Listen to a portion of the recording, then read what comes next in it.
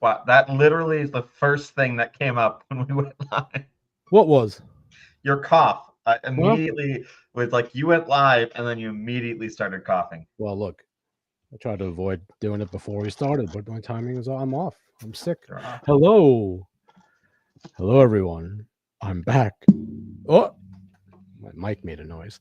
Welcome to this week's episode of Good Night, Everybody. I am your host, as always, Christopher Lawrence. With me is trusty sidekick Steven. Steven, it's been a while.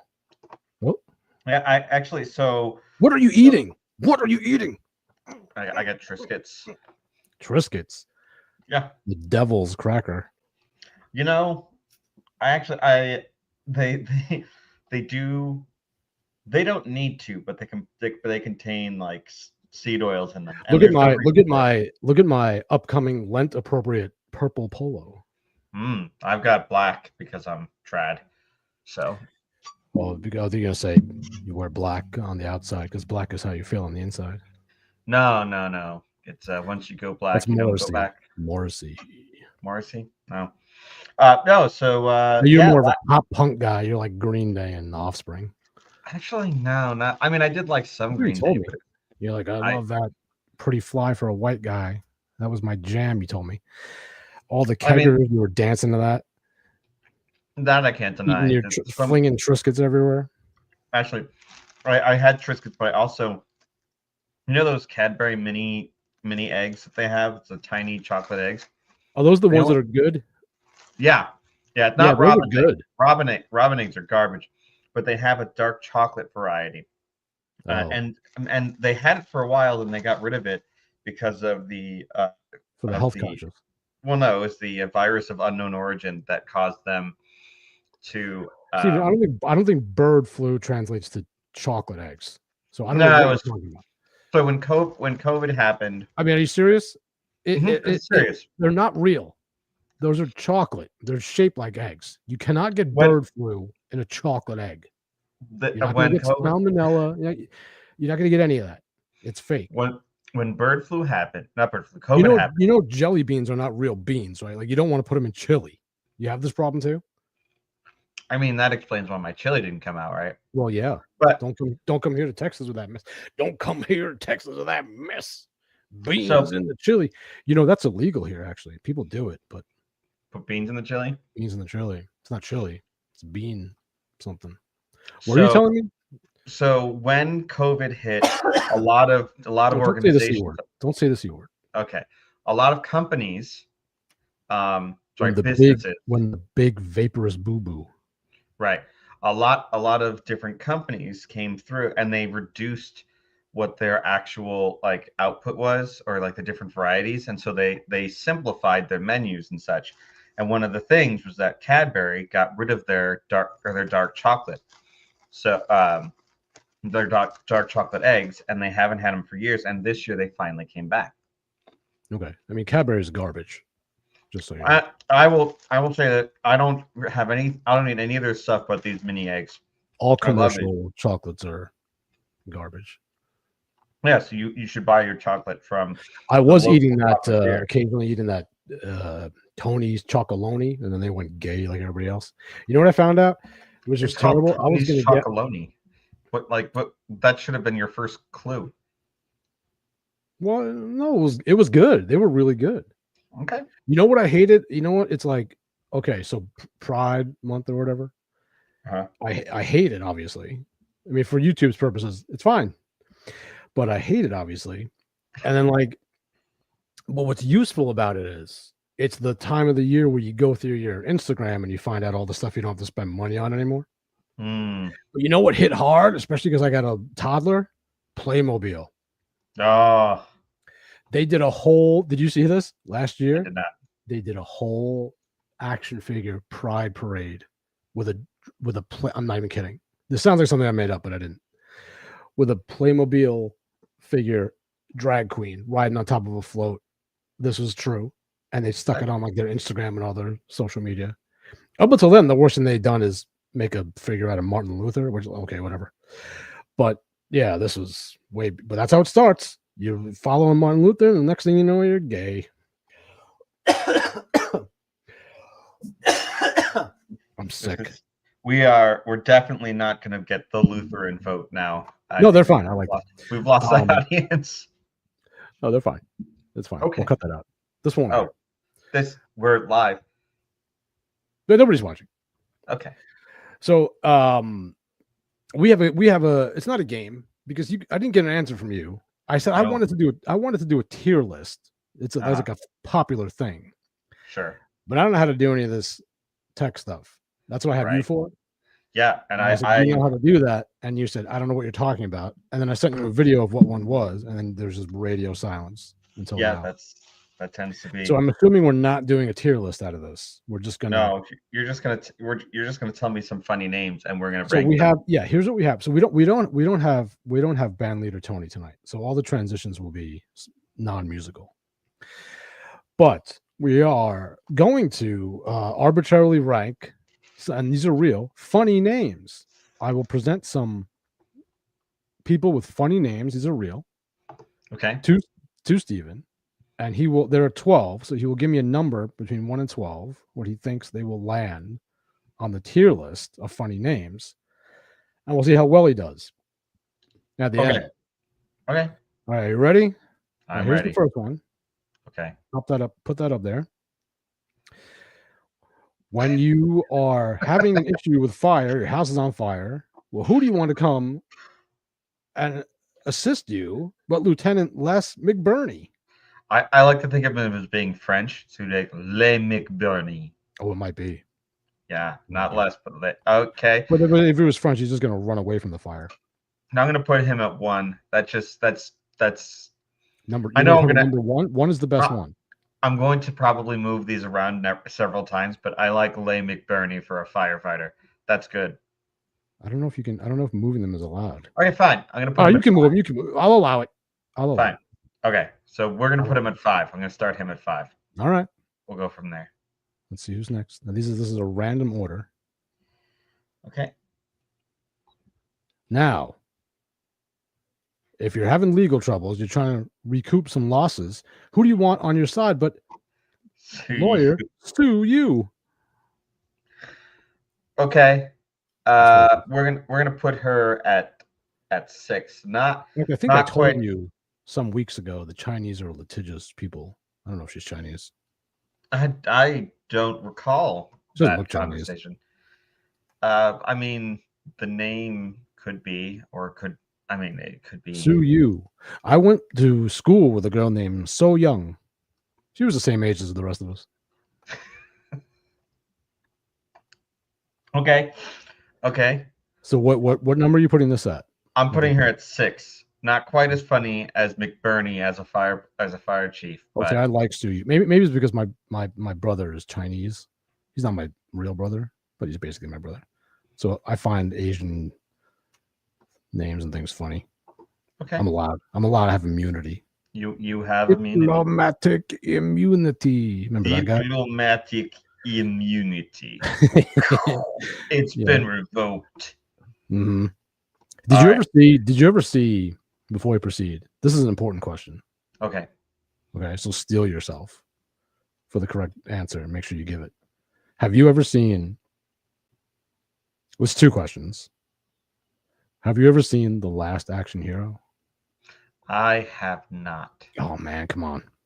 The odd thing is that there's a shirt at my mother's house, or a picture of me in a Last Action Hero t-shirt. What? Yeah, because my mom bought it when I was young, obviously. And so, I never actually saw it, but I had a shirt for Last Action Hero, but I never saw the movie. Where's the shirt now? You got to get that shirt.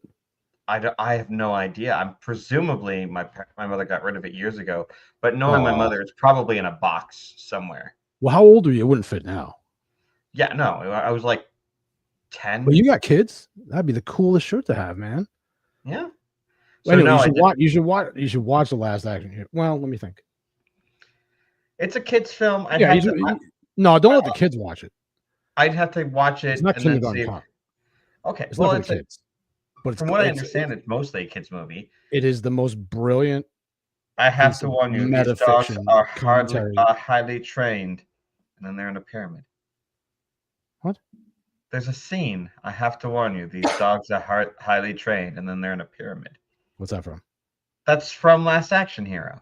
Is it? That's the only part I know. Yeah, it's because it's referenced in a Michelin web sketch. I don't remember Anyway. that.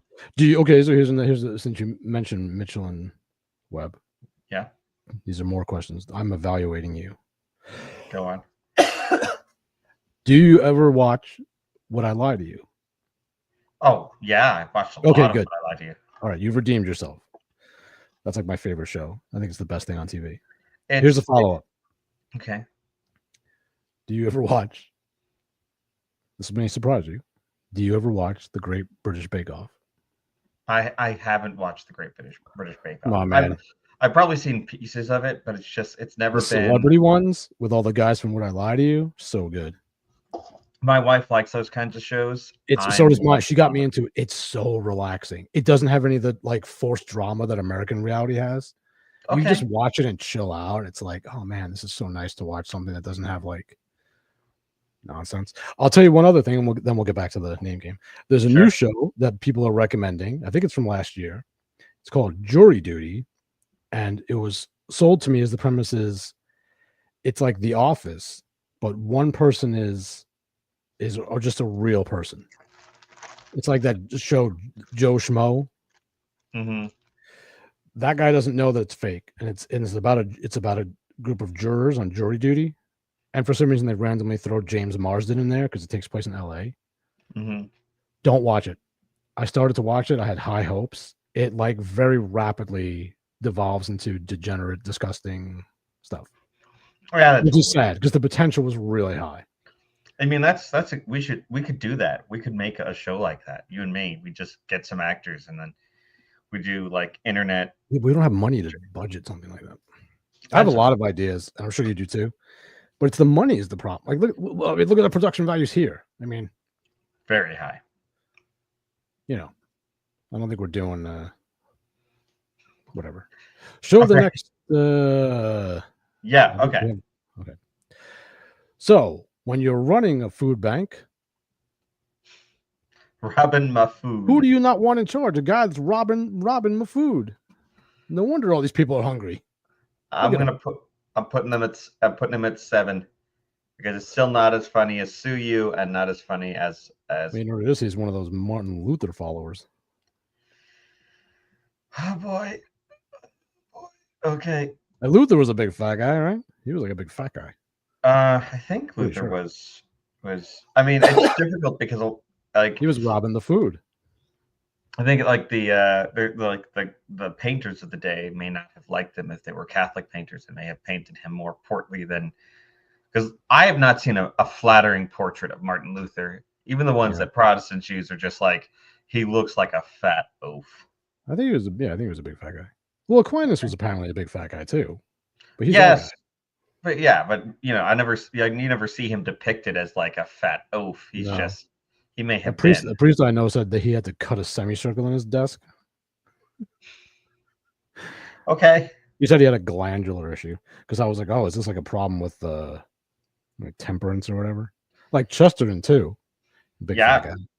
Chesterton was also you know like glandular. They had they should have been gluten free. Man, you know, I'm so hungry. By the way. All right, next. Would you put those at 7? Okay. Yeah, that's 7. Now, when you got some of the sniffles, I'm sick right now. Who do you think will sympathize with you? Well, Dr. Achu. I'm gonna go ahead and put him at 10. That just doesn't tickle my funny bone the way the others have. Dr. Achu. It sounds like a villain from like Austin Powers. Yeah, or you know, Murder by Death. Yeah, any comedy movie. Murder. What's Seller's name in Murder by Death again? Oh, can't remember. Man, no, I don't remember what his name was, but I also know that we probably can't say it on. We can't say it on here because it was not PC, as it were. Yeah, but I already said your meat manager, Brad Slaughter. That's good. That's good. Put me at 9. That could have fit in with our old game of guessing the name of the 80s wrestlers. Yeah, I mean Slaughter. that would be a good wrestler name. Who's the greatest classical wrestler of all? The greatest classic wrestler of all time. You think? I don't know who my I favorite think is. the most entertaining is My opinion probably has shifted over the years. Macho Man Randy Savage. Thank you. Yes, we agree. Yeah, Macho Man's the best. he was, and he stuck with it for his whole life. Mm-hmm. Like, and that's like Hulk Hogan tried to get into the reality TV scene at some point and Oh just kind of boy. ruined it. But like Macho Man Randy Savage, he was doing the Slim Jims, and it was just like snap it to a Slim Jim. Like, yeah, he was all for come here, brother, snap it to a Slim Jim. Yeah. All right. Brad Slaughter, I'm gonna put him at I think I did 10. It was like 9. I think he was 9. Yes. 9. Okay. There's 12 of these. I Okay. think. All right. Here's one. We don't have a 1 through 4, and we don't have an 8. I'm glad you're keeping track because I'm sure not. It's Donald Duck. They arrested Donald Duck.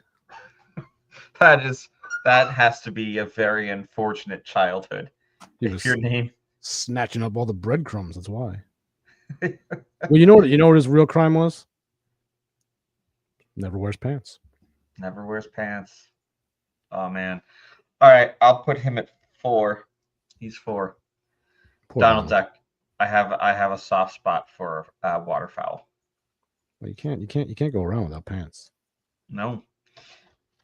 We've been getting turkey eggs actually these last couple of days. I'm actually pretty excited. How are they? Really I nice. just watched a YouTube short about turkey eggs and why they're not more common. And it said I forget what it said. You tell me. It's because turkeys don't lay a lot of eggs. Yeah, that was part of it. Yeah, that was one of them. And the other part is that turkeys are delicious, and so people just are they better than chicken eggs? Yeah, what I about think a goose egg? What about a goose egg? Oh, goose egg's like my favorite egg. Better than a what are the little quail egg? I've never had a quail egg. I heard chicken hearts are like candy. People gobble them up. Yeah. Oh, come on. People gobble them up. I already got to deal with him. So yeah, but so turkey eggs, it's like they don't lay a lot of eggs to start with, and people like to eat turkeys much more than they like to eat the eggs. I love turkey. That's my favorite. I never had a turkey egg. What if you stuff a turkey with its egg? Let's move forward. Let's not just hey, look right in there, and then eat it. Oh, this may be foreshadowing. This may be fortuitous. It says new pope elected. Ooh. What's her name? I can't see it. Oh, Dr. Roller Coaster. That's what we're having now with this pope sickness. He's good. He's dead. He's better. He's sicker. But he's not dead. If he was dead, that'd be it. I mean, it's the Vatican news thing would come out and be like, Pope Francis dead, tired after a long day. You kidding me? The Pope passed the night peacefully. I would rank Roller Coaster at 8 just to bring us all. The Pope chokes to death on vomit, metaphorically, after laughing at something funny someone said. Somewhere, somehow. Anyway, where do you put the Dr. Roller Coaster? Dr. Roller Coaster, I'm doing 8. It's like a villain from The Tick. Dr. Roller Coaster. The Tick is great. Tick is a good show. I mean, I think the cartoon was much better than the live action. Oh, I don't even want to talk about the live. There were 2 live actions. The second one was horrible. The second one, lots of swearing in there. The second one was like, okay. Well, the second one was a good parody of like superhero genre that took itself too seriously, but it ended up taking itself kind of seriously, so it was a bit weird. Yeah, no, the cartoon is the best. The cartoon and the comic, the original comic. Spoon. All right, the cartoon is amazing. Hey, who do you want working for your social justice center? Well, you want a Christian guy. Just Christian guy. Okay. And he looks like a Christian guy, Yeah. doesn't That's he? yes. That Like if looks you like go a down to the Baptist Parish Center, and you're gonna find yeah. like a ton of him, Yeah. 100%. That is and a like little bit like Ronald McDonald. Well, no, not Ronald McDonald. Opie, Opie. You mean Ron Howard, Ron Howard? Yes. whose daughter is in all the dinosaur movies now. Yes, and that's part of the deal that he was able to make Arrested Development as because she was going to be in the dinosaur movies. That was the It's deal. like a Rumpelstiltskin type deal. Mm. Your firstborn must be in my dinosaur. This is Spielberg. Must be in my dinosaur movies. Nobody knows that's his real voice. Did you know that? I don't know if Spielberg is involved in the Jurassic Park movies anymore. Well, he was at the time. Right. Oh yeah, So I when the guess deal yeah. was being made, he said, Right. "Your firstborn." And Okay, Opie said, Christian "Oh, guy. okay, okay, I'm going to put him up at 11. all right, Okay. Sorry. Just hey, not. it's your call." Yeah. It is There's my a couple call. more. Yeah. Hey, I'm doing better than I would thought about keeping them straight, not representing any of them. All right, here we go. You can go ahead and say this one. Quindarius Gooch. And look, Quin- what a surprise. I mean, of all the charges, if I saw this guy and you just asked me, what has he been booked for? I mean, jaywalking, a white collar crime. Turns out he had weed. Unlawful possession. Quindarius. See, here's the thing. I actually really Unprecedented like charges for such a Quindarius. man as this. Quindarius is like because he's a I he mean, was you a hate to fall into born. stereotypes, really. Yeah. But look at that. Quindarius Gooch. I'm gonna put him at 12. I'm not. It's not that name does not tickle my funny That's bone. racist. It's not racist. He's the least funny name. Well, you would say that. I would. I'm gonna say it. He had the least funny name. I think his name was perfectly just as funny as any white person's name. It, certainly, just as funny. It's the same guy. So, how dare you, sir? Okay, I accept your criticisms of my ranking of names. It's fine. No, I'm not. This one, careful. But she was apparently bugged by her potty somehow. I think it was backing up. So Okay. She's fine. The fine old ladies. Irish, I think. Scheitels. Brownie Scheitels. Brownie Scheitels. I'm gonna go ahead. This is 3, and we have 2 and 1 left. So the next 2 better be the best. I think there is only one left. Maybe I skipped one. Maybe I named 2 of the same. I have not been paying attention. See, this is why we need the tier list thing. Yeah, I definitely would be good if I was a good co-host. Well, you're a good co-host. How dare you? That's good. Hey, man. Cash register. Cash register. Cash register. I don't What's know your what name? he did. I don't know that he did anything. I don't think he did anything. He didn't. Oh, he was He exonerated. He didn't do it. So he's fine. He is. He is. I'm going to put him down at number 1. Cash. I like that. Cash register. There's this guy. He's a very popular stand-up now. He works clean. Now I can't remember his name. Nathan Bargatze. He's Italian, but he's from the South. And he tells a story, has a whole bit about telling jokes in prison, doing a prison set. Mm-hmm. And part of the story is one of the guys gets up and starts walking towards him, and he thinks he's gonna like take him hostage to break out. But he was just going to the bathroom, turns out. The bathrooms were like behind where he was telling jokes. It's a really funny story. But the best joke in the whole bit, like nobody laughed at. And he said, yeah, it was a good guy. He's like, I judged him on what he was wearing and where we were at. Nice. And that's a killer line. And like nobody in the audience laughed. Because it just shows you like comedy is not understood. That's the best part of the whole bit, and it gets silence. Mm. So what did we learn from this? I think we learned. Okay, so I'm going to go ahead and say that McBurney is still I should have just kept him at 1 because that's still my favorite name. Oh. I love that name. But I'm like a fan of like McBoatface as remember that when they're trying to name a boat and they did it online and the one that won was like Bodie McBoatface. I like that. What are you talking about? Who did that? Bodie McBoat. Do you not know about Bodie McBoatface? No, I know Trash Boat from regular show. Rigby changes his name to Trash Boat So in one episode. there was the British Navy put out or something like that. There's a Oh, okay. Yeah, I do remember this. right, and they put out a poll and they asked people to give names, and whatever would win the poll would become the name of the ship. And the Yeah, one it's never that a good they idea when they do that. I know it's one of it's Bodie McBoatface because that's what somebody put up there, and we're all just children. Or do you remember the plane, that Asian plane crashed, and people sent in the name of the crew?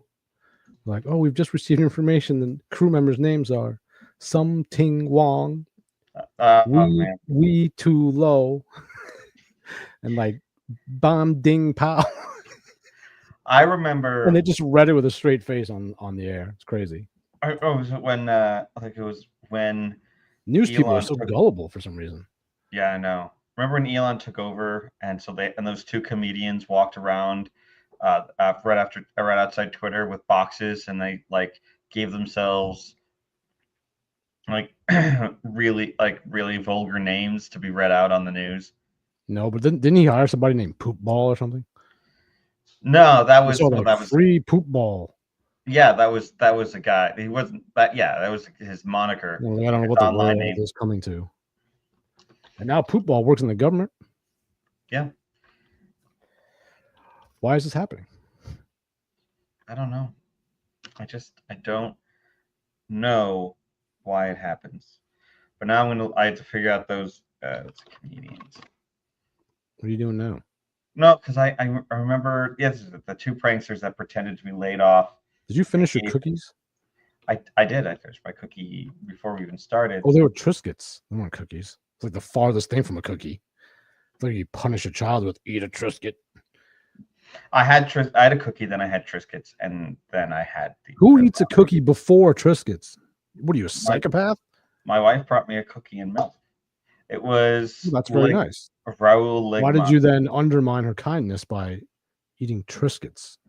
Because they're here. Your wife says you make me here's eat. Here's a lovely thing for my husband to enjoy there. A nice cookie she probably baked with her own two hands, and milk from the cow you milk. Well, I milked the cow, and that was he'll enjoy this so much. He'll be happy doing his little show. And then you go, I'm going to drown the taste of this cookie out of these Triscuits. Like a long-toothed rat.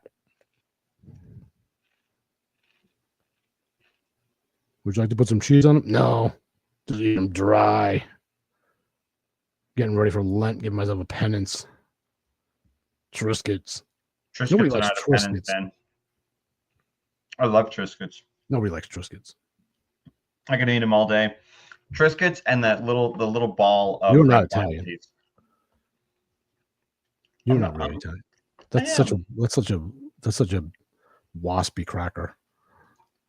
Triscuits is a waspy cracker. There's a quote. Okay. We probably should talk to our guest or something. That's my I think that was my wife's grandfather's nickname, Waspy Cracker. Waspy Cracker. Not to be confused with Uncle Cracker. What, you got your big lady mug to wash it down with? There you go. That's what I got. The lead-lined lady mug. So yeah, let's we have a guest. We have a guest tonight. A wonderful guest. Is he still there? Mm-hmm. He is? Really? Oh yeah, he's still here. Oh wow. Okay. We have a wonderful, very talented guest tonight. He is a traditional artist, very talented traditional artist with a lot of projects in the works. His name is Eric Armusik. And oh no, did I say it wrong now? He just complimented us. All right, there he is. You got it right. Eric, thank you so much for joining us. Thanks for having me, guys. I appreciate it. Yeah, we appreciate you coming on. So let's jump right into it. Eric, how did you get started in painting? How long have you been doing this? I never even picked up a paintbrush until I was about 20 years old. Is that right? Yeah, I had no training until college.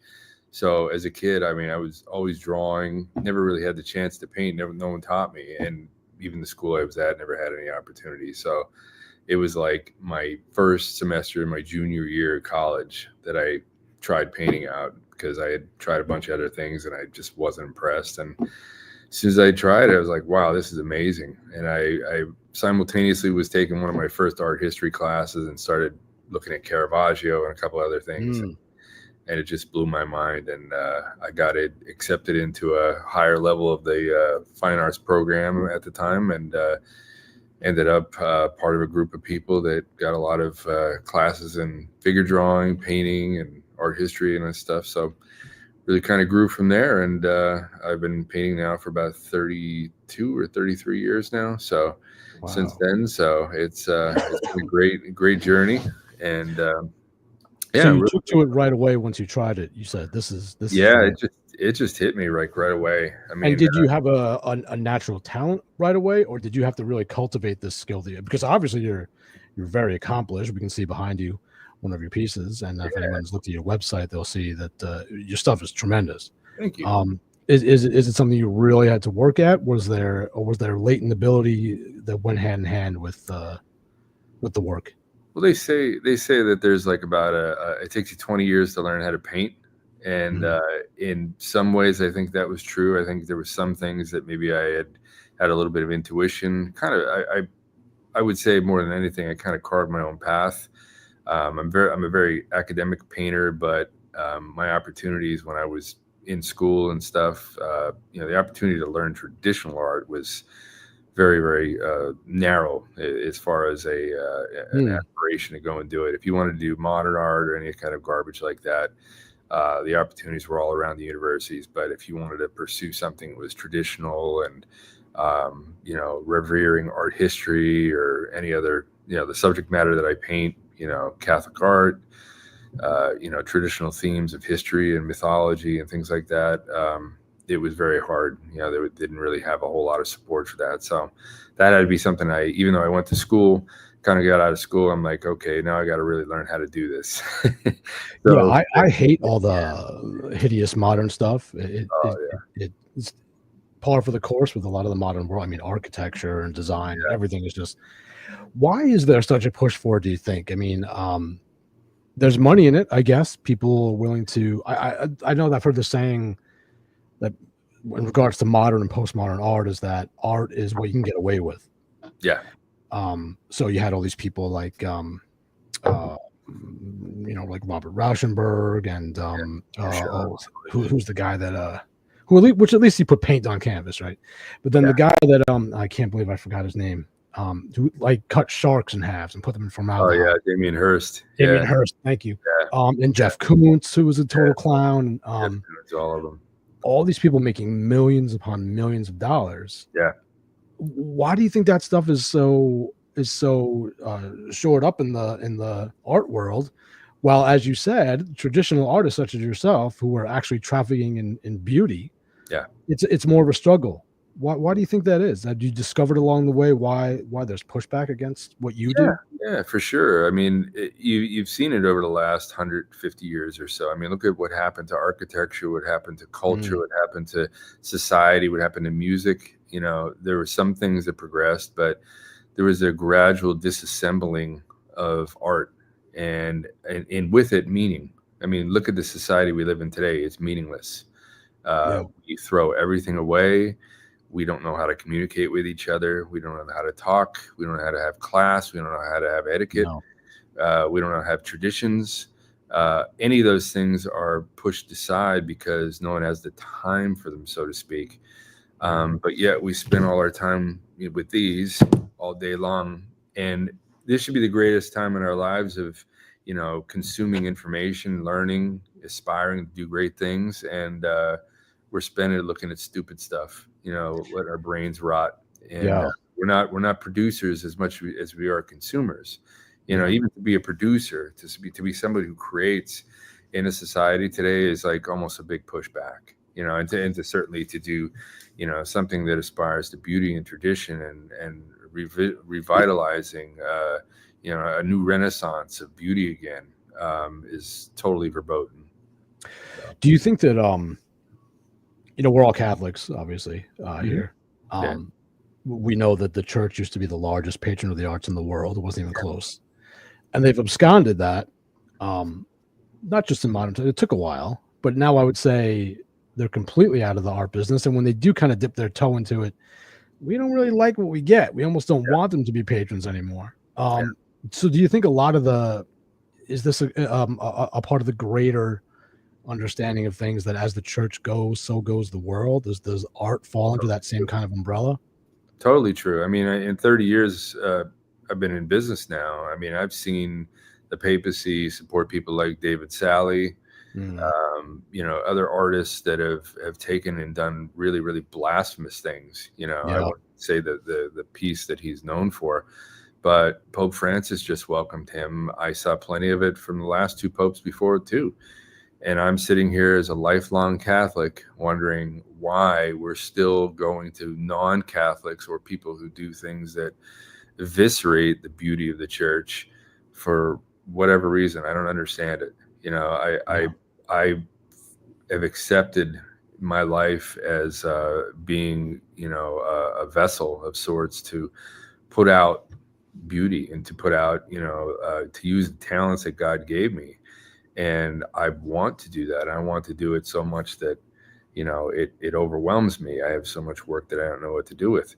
And I have received quite a bit of commissions over the years. I can't say that the church has, I will say I've been in business 30 years, as I've said, but over that time, I will say the new generation, especially of priests, have been the most traditional that I've ever seen.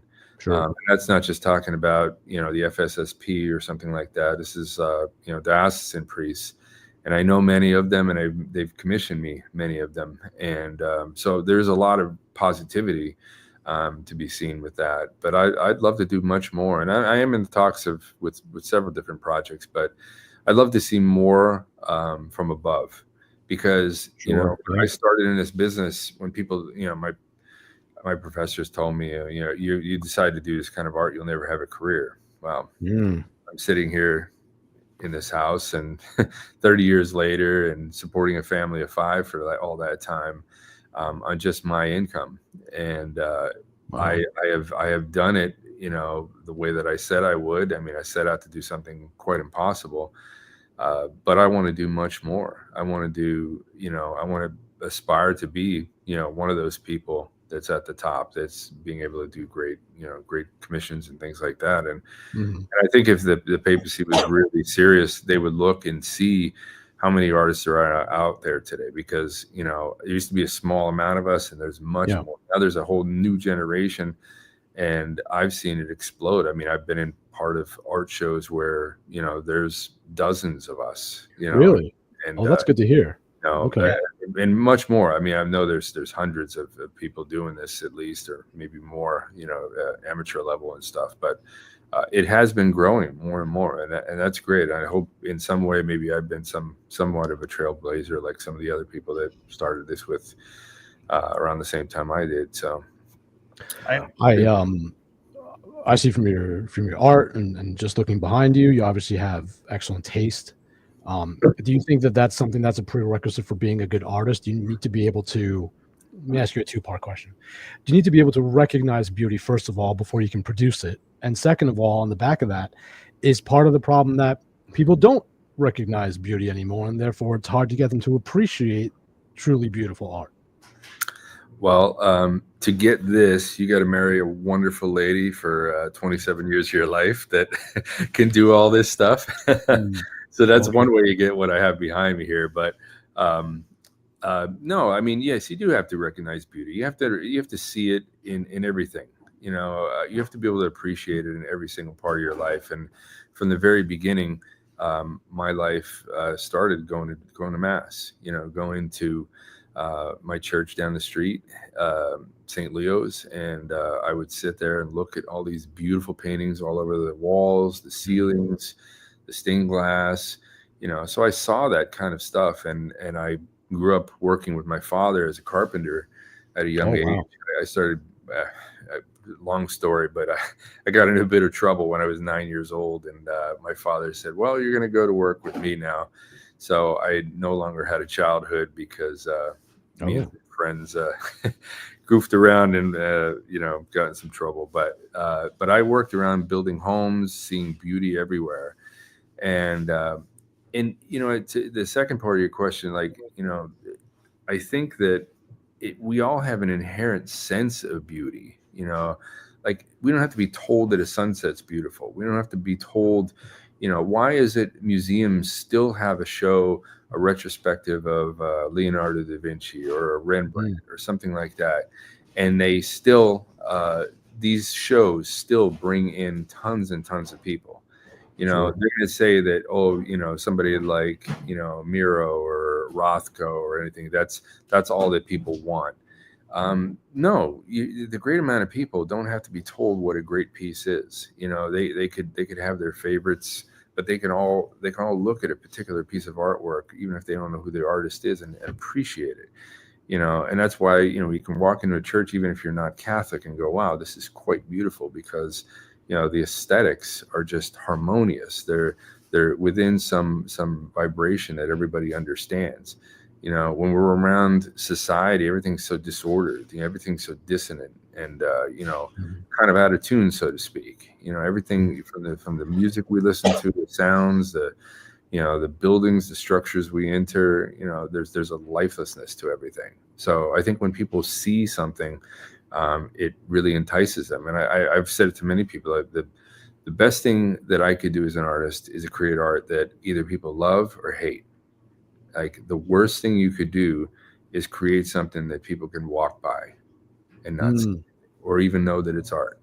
That I would not be doing my job if I was that kind of artist. But you want to create something that truly makes people think and ponder. So that's what I think connects with what I've grown up with, and I think the vast amount of people that I share my work with may not even be Catholic, but a lot of them appreciate the emotions, the beauty, and all those ageless, timeless themes that are in our art. And that's what I'm very happy to share and to continue to promote. And I've been very successful with it, so I'm excited to see where the rest of my life will go with it. Well, stuff that's truly beautiful is always evocative of higher thoughts, higher feelings. It's why the church thought for so long that art was so important, is because you're raising yourself to God. We don't want to bring God, as much as we do have God condescend to us in the Mass, most explicitly. We do want to elevate ourselves to Him as much as possible, and beauty and art are great ways to do that. And beauty is something that is a real through line for all types of art, literature, music. And speaking of that, you're doing a series now of paintings based on Dante's. Is it simply the Inferno, or is it the whole trilogy of? So far, the Inferno, yeah. How did that come about? Well, I've been asked about this before, and it's funny because I never read it until I was just finishing up college. My mother had got me a book on it, and I can't to this day remember the name of the illustrator that was in this book, but it was one of the most terrible drawings that I've seen. With such a great story. Here we are reading this amazing poem, right? And the illustrations were just like my 3-year-old son did them. They were just like totally emotionless. You couldn't even tell that there was any figures there, any faces, anything. And I'm thinking, this is one of the greatest things of all time. Like, why can't somebody really try to really tap into that? Yeah. And I thought, well, if I'm going to do it, it's got to be something that's really, it's going to be epic, because this is an epic poem. I mean, one of the greatest of all time. Absolutely. And at the time, I was just graduating college. I'd only been painting a few years, didn't understand, how to really construct something so big, because it's a production. I mean, it's incredibly large as far as putting everything together. I mean, you have to, in this case, hire models. You've got to, come up with sets. You got to come up with, costumes. You got to buy things. You got to light things properly. You got to understand the story. And for me, I ended up collaborating with Dr. Christopher Kleinhens, who had been teaching this in Wisconsin-Madison University for about 40 years. So this gentleman just he knows way more than I will ever know on the story. So being able to properly, put it together where it makes sense. It's not my interpretation. I mean, I could slap something together like anybody else and not even know what it means, and not really have it really touching the story. Right. So I really wanted to make this something that if they wanted to put in school books, university books, whatever it was, it would be totally connected. It would be in the way that the author, Dante Alighieri, put it together. Right. And it just so happened around the time that I started, it was around the 700th anniversary. Oh, that's right. Of the poem. So I had originally hoped to get it done by then, but it's just too much of a huge project, and it's all self-funded. It's all, I mean, the materials are an incredible amount of money. I mean, just these panels alone are about $400 just to put together. So that's not the paint, that's not the models you're hiring, that's not all the work, and then the time that you're putting towards it. So it's a 40 painting set. This is just one of 40. This is this is the 8th canto that I just finished 2 weeks ago. How many have you done so far? How many I have am on finished? panel 16 right now. Okay. And so I'm hoping, I was saying it last year, but this year I'm going to make a very big push to get to 20, at least a halfway point. And I've had some interest already in Florence. They would like to bring this overseas to exhibit it, but I'd like to show it there and in an American show. And I've been talking to some people already at some museums, but I want it to be so big that it's like you walk in and you're almost in the Inferno, Right. And eventually when I work it up, if it happens, the Purgatorio and the Paradiso as well, I would love to paint those as well. And what was funny was when I was doing the second canto of this entire series, the Inferno, I shot photos of Beatrice, who is at the beginning of this story, but you don't see her until the Paradiso. And I shot photos of her at the time because she was 24, which would be good because maybe this might be 10, 15 years before, or maybe more than that if I was to get to the Paradiso. And she'll be much older by that point. And so it was kind of one of those like Star Wars, film part of one film and film the next one while you're working at it. So it's but it's like being a director. I mean, I never understood. I've been painting so long and doing many large paintings, even bigger than this. But being able to create a story of this length and keep it going and make the paintings interesting, different, each one of them. It's a lot. It's an incredible journey. Do you think that we're living in this culture of immediacy? Do you think that that's something that maybe causes people to not fully appreciate an undertaking like your paintings? Because let me tie this into something that we unfortunately need to talk about, which is AI. Now AI is the dragon at the gate, basically, as far as artists are concerned, I would say. It can create pieces of, I mean, I'm going to use the word art, but I don't think it is art. Right. It can create pieces of art almost instantaneously.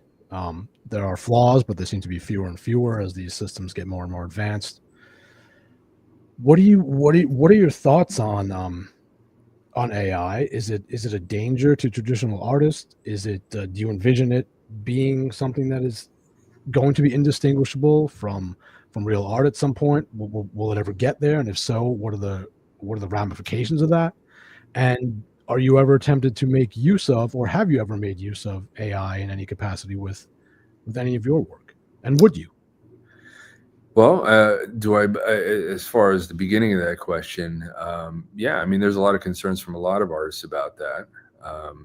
I think coming from a standpoint of being in the business and understanding the business, you really need to understand that it's much like if you were to compare a car company like Rolls-Royce or Aston Martin versus the assembly line at Ford. Okay. Ford can pump out a car way faster, way quicker, push it out there, but it'll never be a Mercedes or an Aston Martin or a Rolls-Royce that's made by hand, that's using quality like Right. high-end materials, that's hand built, that's, you know, has all that human touch, that has that authenticity. And that, if you're the kind of artist that, like myself, that has really tried to pride themselves on quality, a really good, timeless quality product, like every one of these has to be a representation of me, like entirely. I can't, at this stage of my life, create something that's subpar, because I'll disappoint myself and everybody that follows me. Sure. And I sell the work for what I sell it, and will continue to grow in value over my lifetime and long after that. So you're creating kind of a one of a kind product, whereas again, AI is an assembly line. It's what it is. And you know, they can say, you know, it's going to do that, it's going to advance in this, whatever. You know, first and foremost, people have to understand that AI isn't creating anything. AI is sampling all of us. Right. And it's akin to taking me. It probably has assimilated some of my stuff. All the other contemporary artists in whatever genre they are, put in a big blender, and then just pouring it out to whatever people want with rendering and stuff. You know, I think to a degree, there's at times, I think it does a really horrible job trying to assimilate what a human being looks like.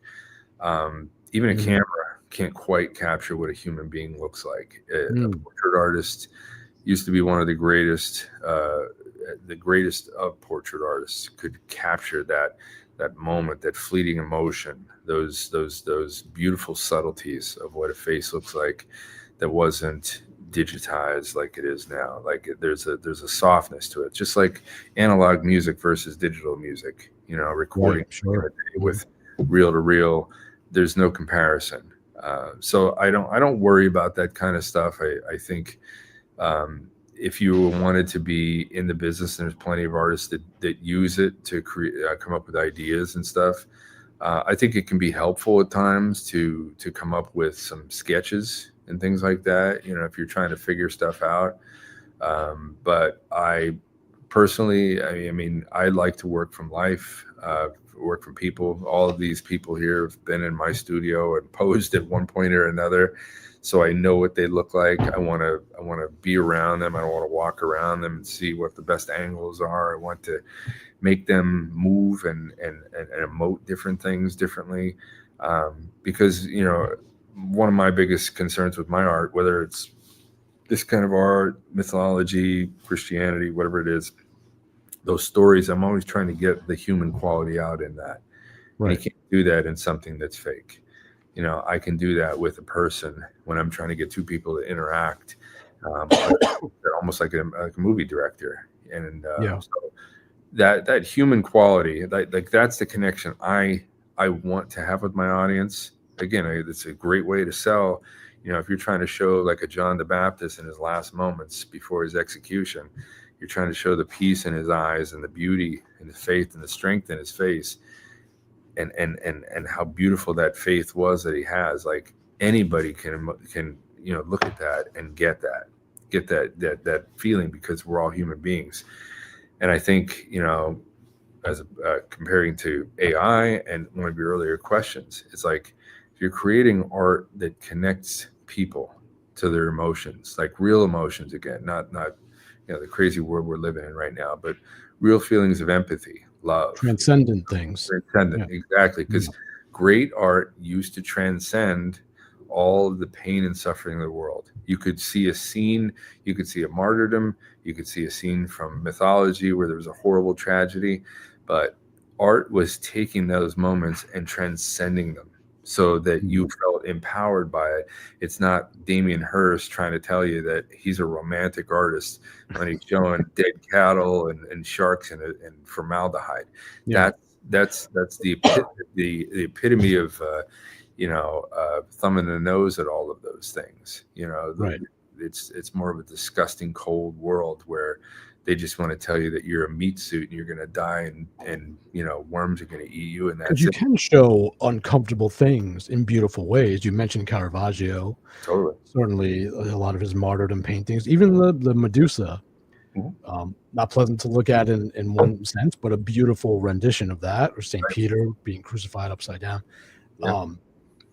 Rough, difficult things to gaze at, but beautiful in the way that Caravaggio presents them to us, and beautiful events in history, obviously. Has there been any commission that you have rejected, something that you just wouldn't do? Because Steven's looking for somebody to paint a life-size portrait of the Kool-Aid Man eating baked beans. I don't know why. I have a number of different ideas that we'll have to talk about. You got weird ideas, but that might be one of them. I don't know. Yeah. Has there been stuff that you have? You don't have to get specific, but have you ever been approached with something and just said, "No, I'm not gonna paint that"? It's funny as I get older, and there's more things that the more opportunities come to you, the longer you're in this business. So there kind of is a point where you have to kind of say no to certain things because, just fitting them in, or maybe it's just not the right match anymore. You kind of try to be everything for everybody in your beginning of your career. And then, you just get to the point now, there's only so many hours in a day. I just can't take everything, but yeah, there have been a couple times over the years where, someone will ask me to do something that's kind of questionable to my faith. Maybe I'll go, I don't know if I want to take that, it might not bother you, but I'm not going to do that. So I have a couple times, and, they were met with, not with any kind of nasty comments or anything, but yeah, those things like that happen, and you just have to be principled at that point, and you need to, but yeah. So is that a yay or a nay on the Kool-Aid Man? The Kool-Aid Man, as long as he's busting through a wall. Yeah, with a can of baked beans. Yeah, you said you wanted him eating baked beans. I don't think he can eat beans. He's a pitcher. I don't know if his arms are big enough. Yeah, he's like a T-Rex. It'll be fine. We'll work it out. We'll work it out. We'll make Steven, it work. Steven, do you have any other questions for Eric before we begin to wrap up? No. I think. Well, you're a great contributor, Steven. Thank you so much. Yeah, I know. I've just been listening and enjoying. What would I do if you weren't here, Steven? I don't know. I was looking at all of your artwork. Or just like, He liked my chair. Yeah, I did like the chair. I love everything. The decor is beautiful. Yeah, I know. I was curious about the drapes, but I didn't know if that would be appropriate to ask about the drapes. Yeah, that's all Mrs. Armusik. She's an amazing lady. She's the only person I ever check all of my ideas and all my consultation goes there.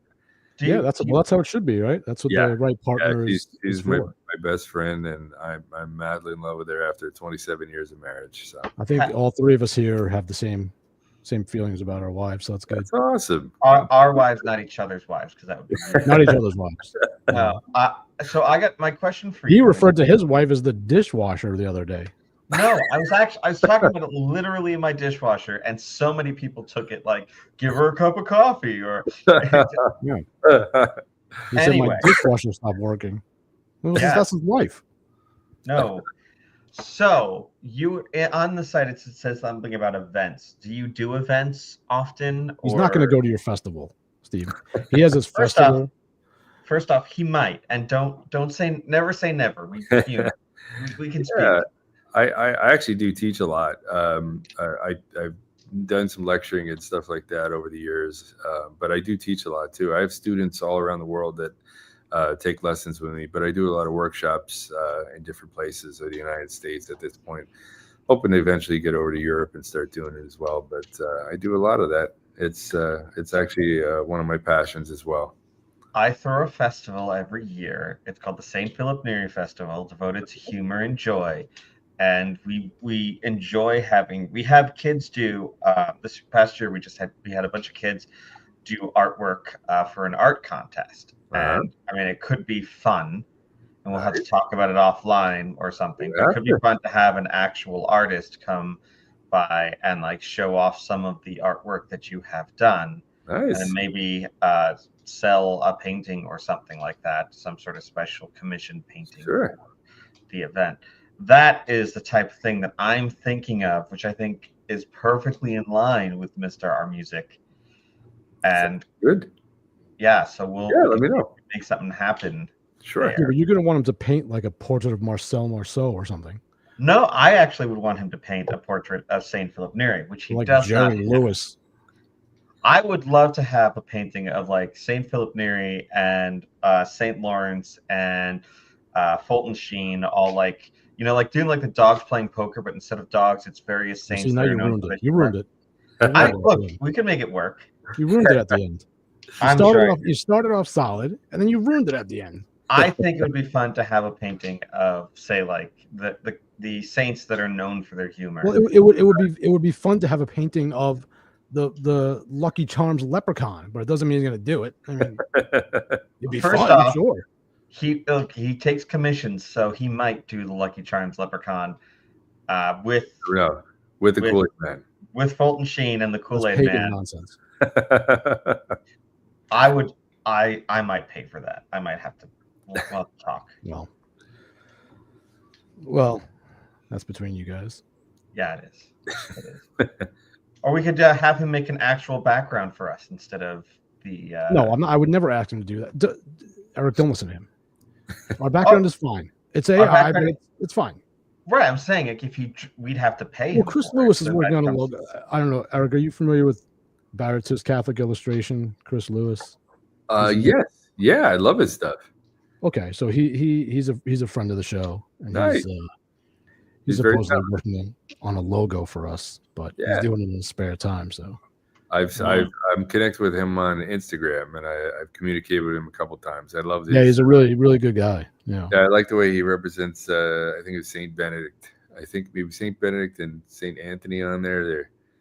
They're like, he does have that one. Yeah, really kind of with the demons and stuff. He's got that Saint Joseph one too with the.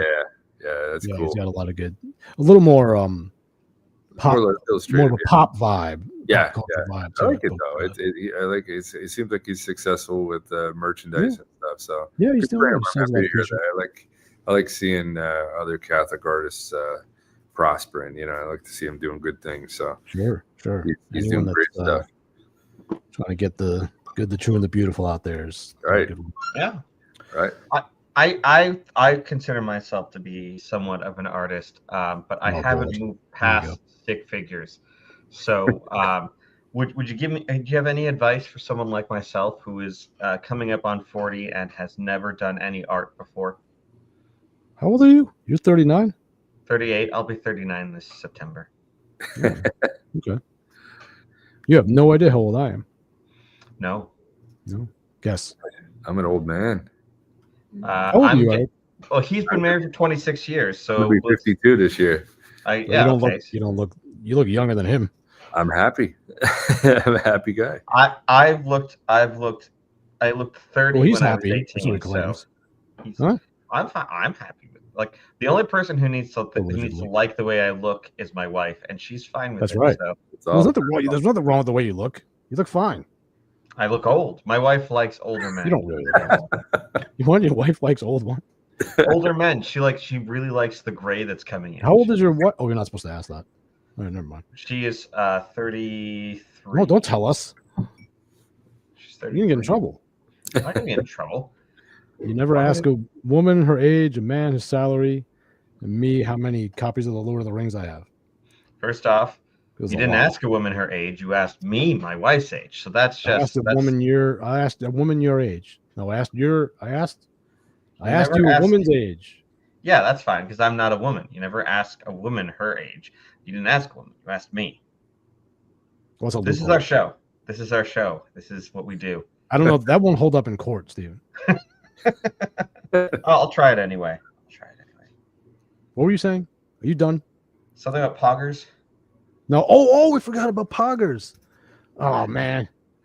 Next week we got to get back to. We have affiliate deals, but I forget to mention them. Yeah. Poggers. So this is the time. I'm not doing it now. I'm sick. Okay.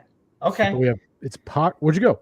It's poggers.shop for energy drink mixes, and it's Venerable Aubert Herbals for soaps and like all kinds of face stuff.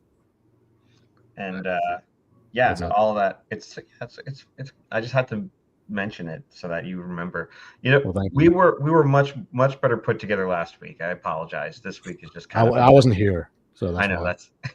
that's okay. Well, Eric, thank you so much. There are a million other things I could ask you about. I would love to get into specifics about your process and your influences, and so we'll have to have you back on if you're willing in the not too Yeah, distant. I love it. Anytime, guys. Great. I'm happy to do it. Seriously, thank you. Because Very much. I'm fascinated by this as someone with no real artistic talent, but who appreciates art. I love to talk to people that actually can do it, and you're doing it at the highest level. And I think your stuff is incredible, tremendous, beautiful work. I appreciate that very much. Thank you so much. Thank you. All right, Stephen, any other business? No, we had our festival. No more festival. So. Well, we will be having our festival up again. That's going to be February in a 7th year. next year. Yeah, I know. So I'm mentioning it. Now and we are looking for people to bring on. We're looking for the talent to hire on to show up. Hey, how was what's his face with the big head? What's his name? Jeremy McClellan. Yeah, that guy. He was great. He did a fantastic set. I mean, I'm not. He's got a big head. Everybody knows he got a big head. Yeah, but he was good. Oh, good. He was good. Okay. He was very good. I will say, Eric, you should be careful. There is someone skulking around your room. I can see the shadow. Yeah. Yeah. Oh, there it goes again. Yeah. I have 4 cats. So they're just walking near the lights. Yeah. That's Boris, one of them. Boris. We have 4 black cats. Okay. I don't want it to be like an episode of like The Mentalist or something where we're on a call and then all of a sudden like something is like you get killed off screen. And then I'm a witness to the crime, but I've already ended the live stream. No, this is there it is. Oh man, cats are as bad as coffee, but I appreciate it. Don't start. Coffee is the best. I know. Coffee is the foundation of Western society. Yep. So he agrees. Keeps him going. All right. Well, thank you again very much, Eric. All right, Chris. Thanks, Steve. Thank you. Yeah, thanks, Steve. All right. Well, that's our show for this week. All links to everything will be in the description, including our sponsors that I forgot to mention. And good night, everybody. Mwah! Take care, guys. Thank you very much.